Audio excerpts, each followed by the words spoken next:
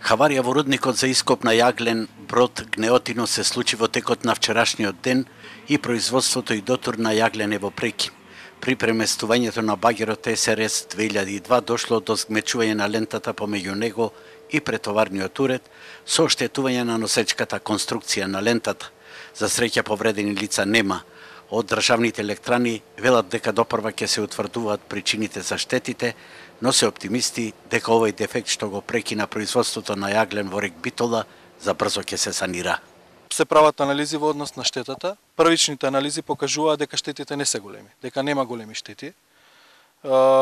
Санацијата на тој дефект ќе трае од прилика 5 до 7 дена. Системот нема да биде во функција во овој период, меѓутоа овој период ќе го искористиме за санации на други делови од самиот систем од рудникот Брод Гнеотино. За повеќе детали сепак да би оставил да кажат стручните служби извештај што ќе го подготват. Лидерот на ВМРО ДПМН Кристијан Мицкоски, кој денеска престојуваше во Битола како поранешен директор на ЕЛЕМ и добар познавач на состојбите во рек Битола, вели дека поради хаваријата ќе поскапи цената на произведената струја. Застојот би требало да биде неколку недели.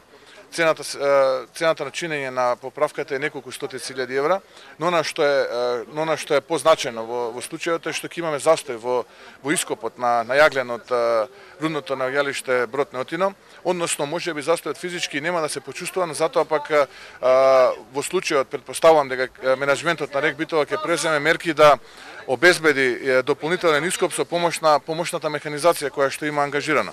Тоа значи дека ќе има зголемени трошоци, односно цената на произведен мегават час која што ќе доаѓа од рек Битола ќе биде значително поголема.